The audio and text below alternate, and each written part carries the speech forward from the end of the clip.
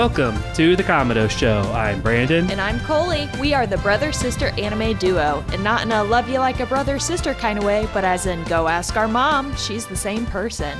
This show is an anime lover's safe haven catered toward the average anime lover, free from spoilers. So today's episode, we are going to be discussing Dragon Ball Daima, All right, episodes finally. 1 and 2. So if you missed our last episode, we unveiled our newest centerpiece here, and we are all decked out in the Dragon Ball stuff today. Boom. And what's on your shirt?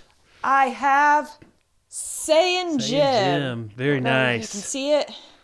Right. My cord kind of covers it a little bit, but yeah. Right on, yeah. And then mine, just saying. Goku Super Saiyan 3.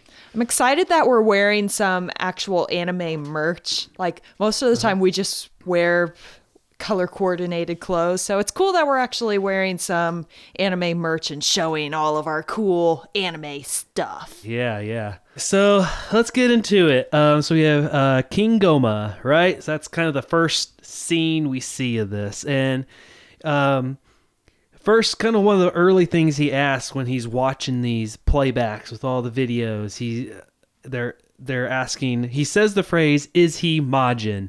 Which raises the question, what is Majin now? Is this going to be a whole, like, race of people or a group of people or something? Because we know Majin Buu, we know Bibbidi and Bobbidi, and Boo. Bibbidi Bobbidi Boo, and we know Deborah, and they all have the M symbol on them, but they don't really explain that much or go into that much detail in the Dragon Ball Z series.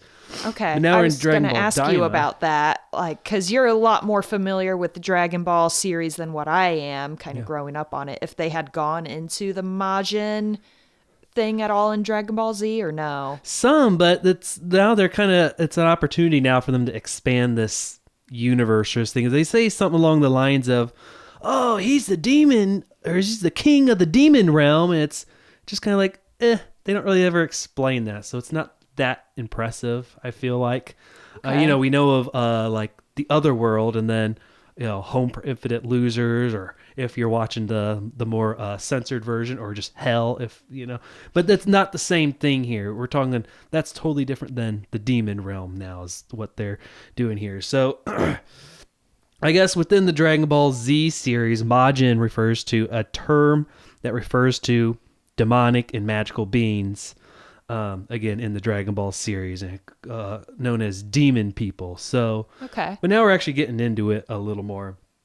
At one point later, and this might have been in episode 2, but since we're going through 1 and 2, someone said something about, you used the phrase, "an evil Majin who took the throne." So they were, so we say an evil Majin. So, I don't know. I think at one point I saw something like Majin could also mean genie, which I don't think genie is really accurate here. But it seems like they have a lot of, like, Bibbidi and Bobbidi, can use magic. And then I don't know if the King Goma, is he also kind of uses more magic than more of a fighter? Is that? Yeah, it seems like he's kind of more magic, because they are watching all of the previous history stuff just on TV as if it's a television show. And he seems very intimidated by the fighters on Earth. So it kind of indicates that he's not much of a fighter. He's just more uses magic and probably uses other people. Yeah, so the new Demon King, Goma, and then his henchman, Degesu, they're introduced.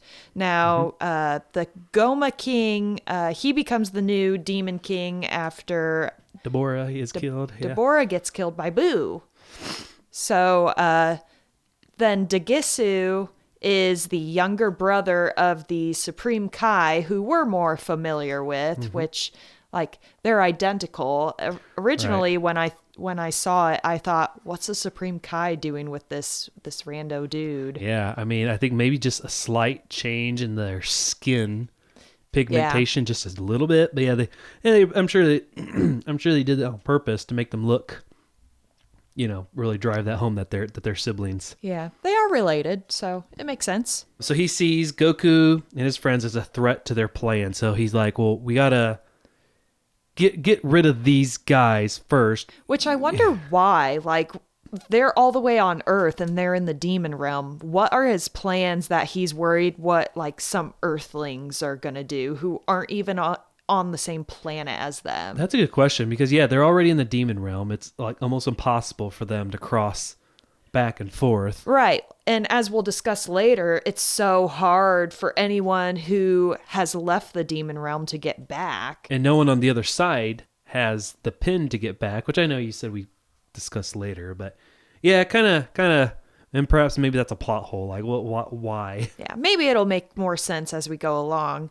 But we're introduced to another character here pretty early on, Dr. Arinsu, which there seem to be a lot of siblings in this show here. So the Degisu, this is his sister, which he doesn't seem to like any of his siblings. I don't know if you've noticed that. Like, he doesn't like the Supreme Kai and he doesn't like his sister. So I wonder what his issues are. Yeah, be opportunities for probably a lot of drama coming up between the three of them.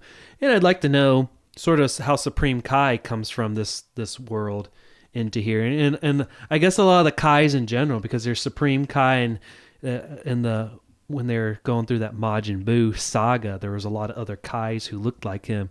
And of course, there's the Elder Kai, who's, the former Supreme Kai. So a lot of Kais that must have come from here. So we find out through this discussion with King Goma and Dr. Arinsu that the previous king, King Dabura, am I saying that right? Yeah, Deborah. Yeah. Yep. Deborah. Yep. Okay. He had invested heavily in all of her different research projects, and this new king, King Goma, doesn't seem like he intends to do the same thing, which Dr. Arinsu doesn't seem to be very happy, excited about. So I feel like she's probably going to throw a wrench in their plans. It makes you wonder, is she going to continue to be on his side, or is she going to sort of be like another villain? Because I feel like she's kind of a villain. I feel like it's going to be a situation where the enemy of my enemy is my friend kind of thing with her. Like, I think she's maybe not necessarily Team Goku, but she is anti-Goma. So she's going to help Goku to defeat Goma because she wants to be rid of him. It did kind of seem like she went kind of was sneaky the way she, I guess, supposedly already traveled to Earth. On Earth, we didn't see her at all, but supposedly she was the one who traveled there. Like, my theory is, was it actually Glorio when it was supposed to be Dr. Arinsu? So you think maybe he used her code or something to travel through? Yeah, that's what I'm thinking, and why he's only able to go through one of those gates. Okay, yeah, that makes sense. I all right. Let's call that a prediction. I think that's I think that's a good one. Yeah. All right. So Goma and Degensu, when they react to the Dragon Balls, they already pretty much know what they are from their realm. They know Purunga, but not Shenron. Of course, you're much more familiar with the Dragon Ball realm than what I am. So for those of you who didn't grow up on Dragon Ball and you're not quite as familiar, Purunga is a wish-granting dragon from planet Namek. Yep, the Namekian dragon. Yeah, so it also means dragon of dreams. Okay. So it's Purunga. Yeah.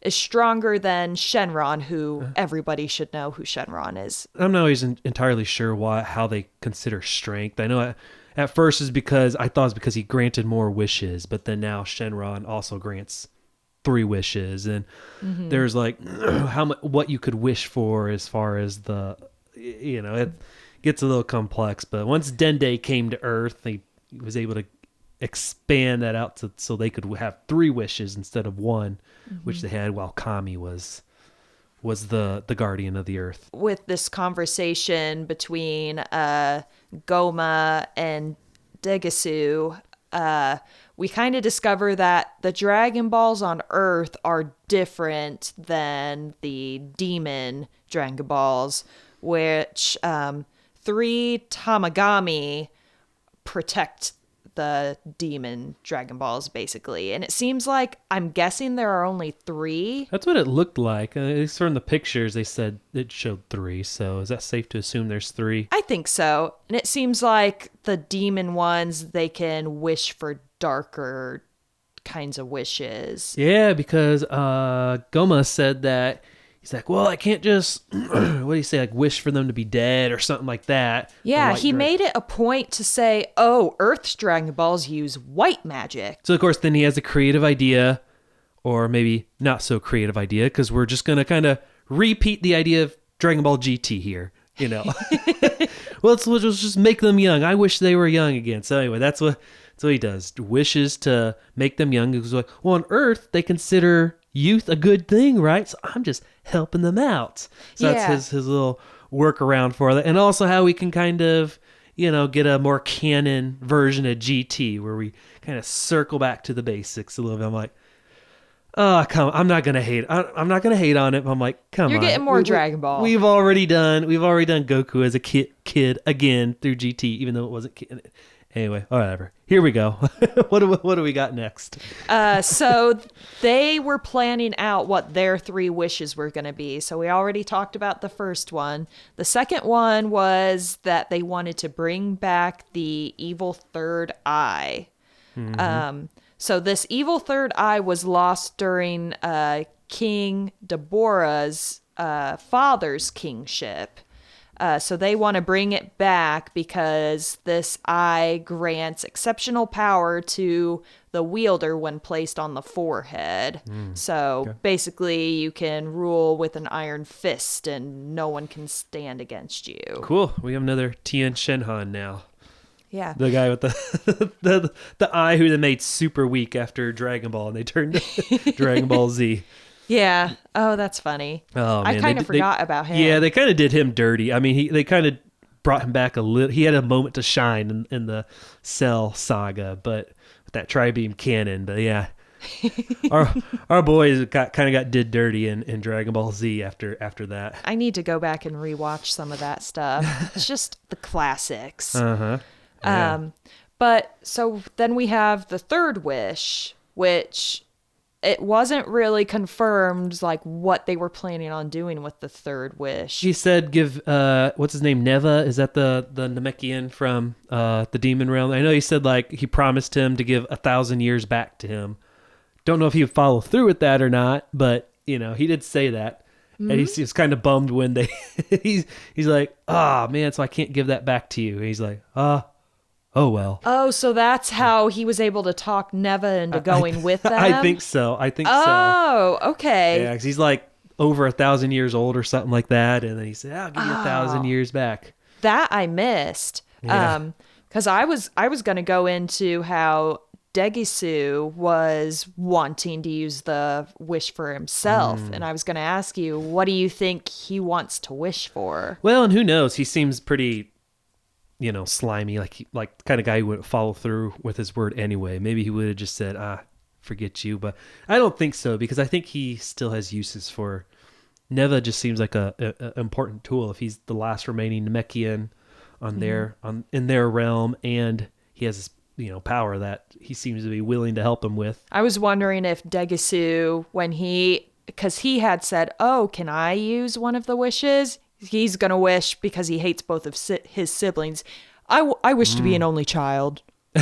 But it wouldn't work that way, though, because Shenron wouldn't kill anybody or wish him out of existence. Oh, that's true. Yeah, so they just become someone else's siblings. Yeah, get creative with it.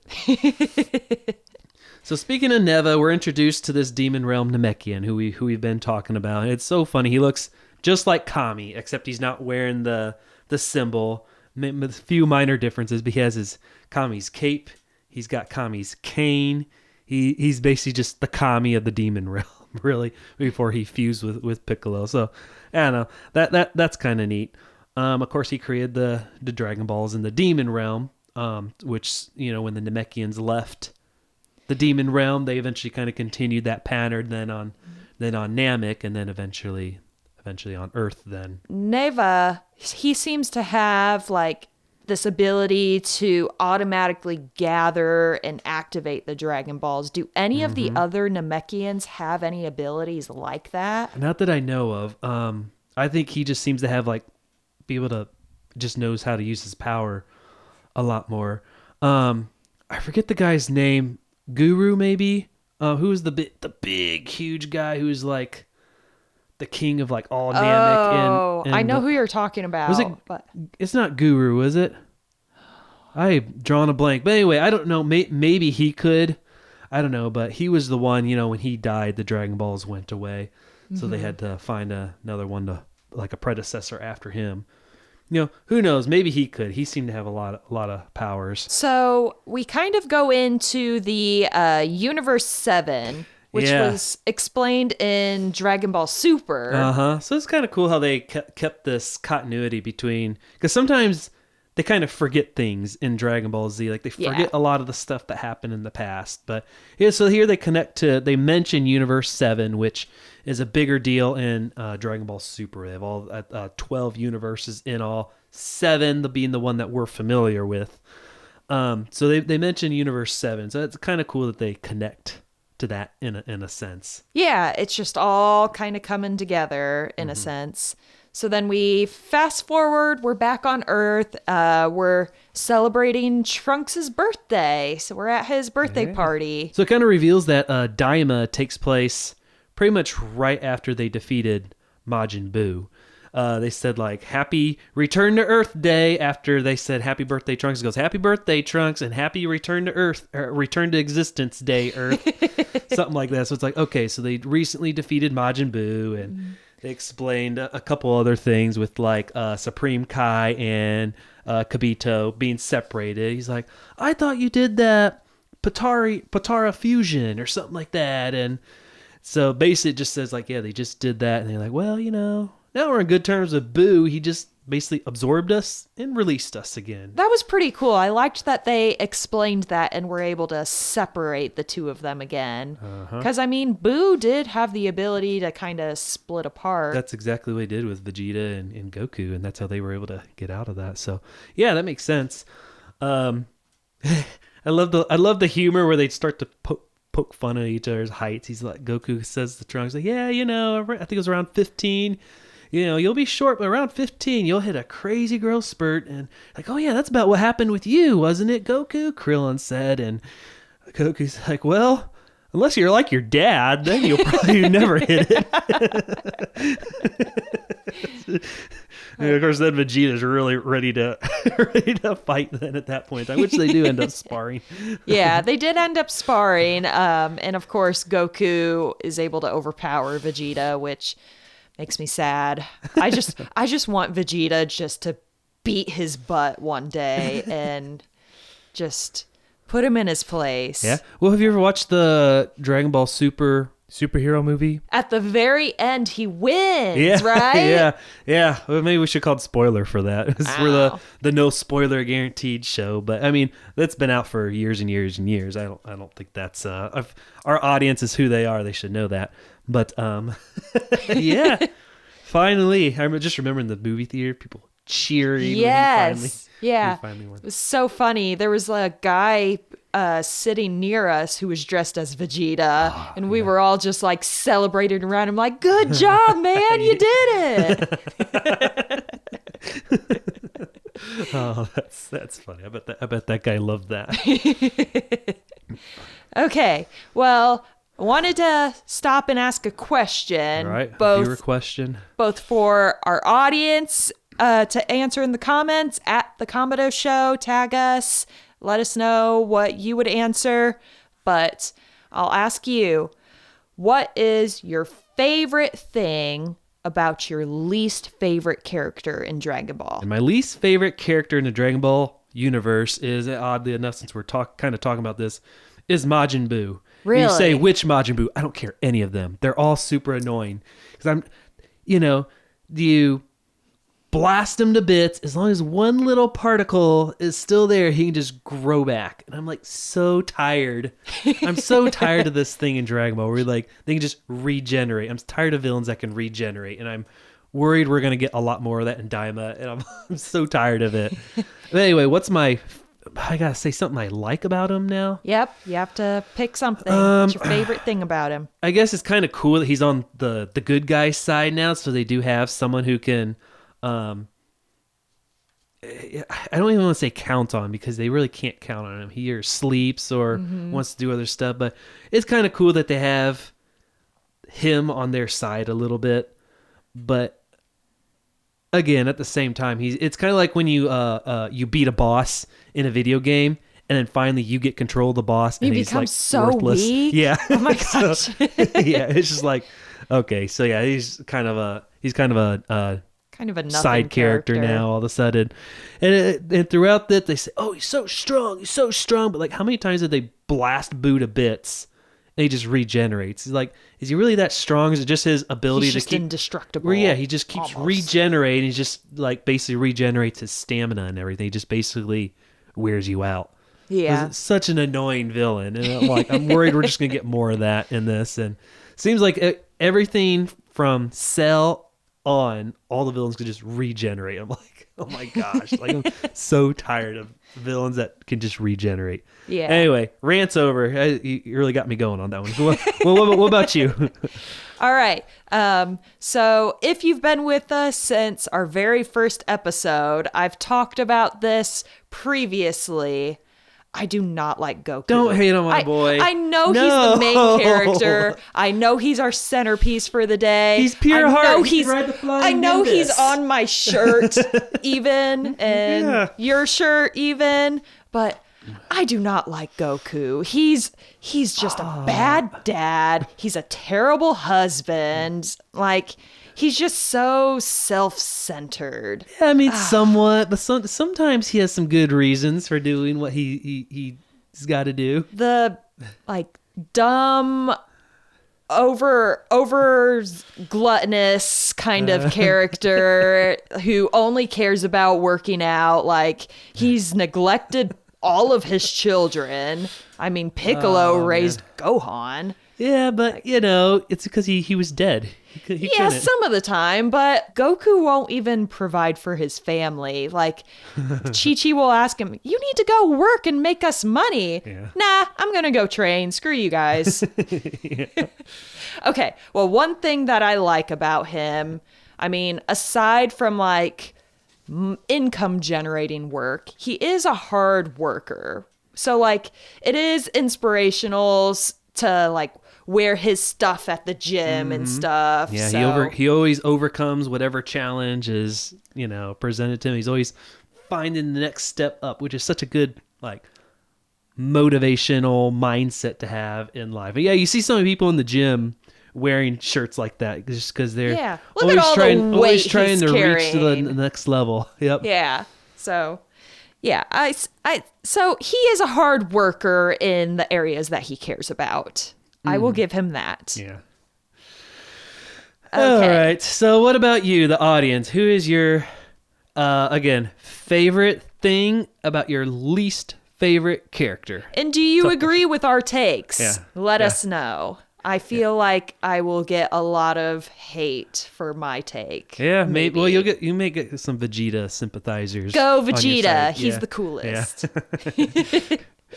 All right. So who from Goku's crew, returning back to where we left off, who from Goku's crew is most excited about turning young, do you think? And most of them are kind of like, not sure what to think about it. But there are two people who are actually kind of excited about it. Well, I guess three. Bulma and Chi-Chi were just like, oh my gosh, my skin is so soft. This is awesome. And then Master Roshi, who he's been old for forever. This is the best thing ever for him. He's about to go see if he can pick up some chicks right away now. I mean, they're all 6 years old at this point because they got changed to first grade is what the king had said. So that's like 6 years old. Okay. Well, Master Roshi would be, he wouldn't be the oldest. The Kai's, Supreme Kai and Kibito would be the oldest, really. I don't know if they really show as much age as what humans do, though. Oh, do they? No, yeah, they definitely age differently. Anyway, so moving on. So we have the Demon Realm to talk about just a little bit. The Demon Realm kind of ancestor background. It kind of they really seem to focus on the majority of anyone with pointy-eared human-like beings. They say originally from the Demon Realm, and that's where I'm kind of curious, like how much of this. I mean, Mr. Popo has pointy ears. Are you saying he's from the Demon Realm? There's the people from the Garlic Jr. saga. His henchmen, they're called the Serpents. If you remember that short-lived thing, they all had pointy ears. Man. So anyway, there's a lot of questions I have on that. But anyway, I don't want to get too caught up in that. I just want to mention that type of stuff for people who may have forgotten how much originates from the Demon Realm. So a lot of people were wanting to leave the Demon Realm. So the denizens left in search of freedom or the desire to rule their own planets. Yep. So you just saw back in the day a lot of coming and going, which we don't really get to see anymore. Like so I guess the Majin used to travel other worlds basically all the time, but it's forbidden now. I bet we'll find out more on that because they said, of course, whoever leaves the Demon Realm is never allowed to return in most cases. So now that Goku and his friends are all turned to children and or babies, we see what but the resurrection of the power pole. Woo! Yeah, so which is interesting because you never see the power pole in Dragon Ball Z except for the movies, really. Gohan has a sword, but they never really, at Dragon Ball they just pretty much let it go. Which so it's neat to see some of that come back. Maybe we'll even see the flying Nimbus return too with a little bit of luck, but I don't know since looks like they're kind of got flying down. I thought we would when they were struggling to fly, but in the opening credits they show it, so perhaps. So he stopped using the pole because he prefers fighting with his fists. Okay. I researched that he had said that at one point. I wondered about that. Why we never really saw that after Dragon Ball, other than in the Z movies. So we get our first look at Glorio, and so when he first started talking, this is how much of an anime nerd I am. I'm like, I've heard this voice before. Who is this? So I had to look up who the other voice actors are for this guy. Like, who is this voice actor? Who else does this guy play? He is also Senku from Dr. Stone. Oh, really? Yep. So he's Senku from Dr. Stone. If you like recognized his voice but couldn't quite put two and two together, that's one of the major characters that he plays. Very observant of you. It's been a minute since I've seen Dr. Stone that you could remember, or at least kind of recognize that. So those three get into Glorio's plane and take off, and sadly, it was only 3 people were able to get into the plane. So Vegeta had to stay behind, which was sad. So we're stuck with Goku again. Yeah, so I feel like we might be kind of sort of a Dragon Ball feel to this a little bit once again. It's going to be a little adventure, and it's going to be, the group is going to be small, group of 3 at least for starters, and maybe they'll expand out a little bit. But that pretty much catches us up to the end of this episode. And at the time of this recording, there's these 2 episodes out, and then in the next podcast we'll review the next 2. Maybe just take 2 at a time, because that feels like that's pretty good pacing for an episode. So again, that catches us up to the end of this episode of Dragon Ball Daima, and then also the end of our podcast episode. So again, that's all for this episode. I'm Brandon. And I'm Coley. Thanks for tuning in. Don't be a Kamado. Like and subscribe to our channel for more anime fun with your favorite brother-sister anime duo. Now, new episodes come out weekly, so let us know what you'd like us to talk about. And we will see you next time on The Kamado Show.